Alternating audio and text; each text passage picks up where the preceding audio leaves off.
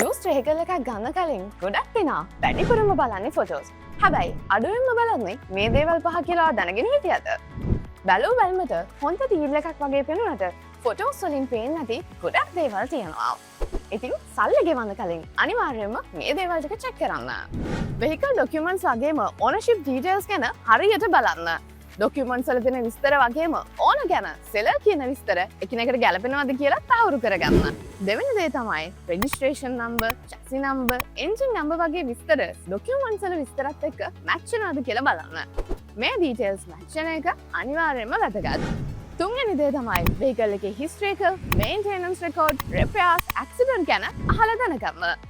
මේ දේවල් දැනගන්නකින් වෙහිකල් එක කොහොමද භාවිත කරලා තියෙන්නේ, කොහොමද නඩත්තු කරලා තියෙන්නේ කියන දේවල් ගැන අවබෝධයක් ගන්න පුළුවන්.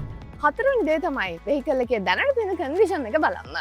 බොඩි කන්ඩිෂන් එක, ටයර්ස්, ලයිට්ස් වගේ දේවල් හොඳින් බලන්න. පුළුවන් නම් ටෙස්ට් ඩ්‍රයිව් එකකුත් අරගෙන වාහනේ ඩ්‍රයිව් කරනකොට දැනෙන හැටිත් බලන්න. ඇඩ් එකේ කියලා තියෙන විස්තර වගේම වෙහිකල් එකේ ඇත්ත තත්ත්වය කම්පෙයාර් කරලා බලන්න. පස්වෙනි දේ තමයි ඔයාලට වෙහිකල්ස් ගැන හොඳ දැනුමක් නැත්නම් ක්වොලිෆයිඩ් මැකැනික් කෙනෙක් එක්ක හරි එහෙමත් නැත්නම් වෙහිකල් ඉන්ස්පෙක්ටර් කෙනෙක් එක්ක හරි ගිහින් වෙහිකල් එක චෙක් කරන්න.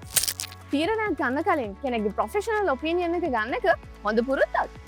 ලස්සන ෆොටෝ එකක් කියලා කියන්නේ හොඳ වෙහිකල් එකක් කියන එක නෙමෙයි. තීරණයක් ගන්න කලින් මේ දේවල් ටික චෙක් කරලා බලන්න වැය කරන විනාඩි කිහිපය ඔයාලට ලොකු ප්‍රශ්නයක් වළක්ව ගන්න උදව්වක් වෙන්න පුළුවන්. අමතක නොකර වීඩියෝ එක සේව් කරලා තියාගන්න.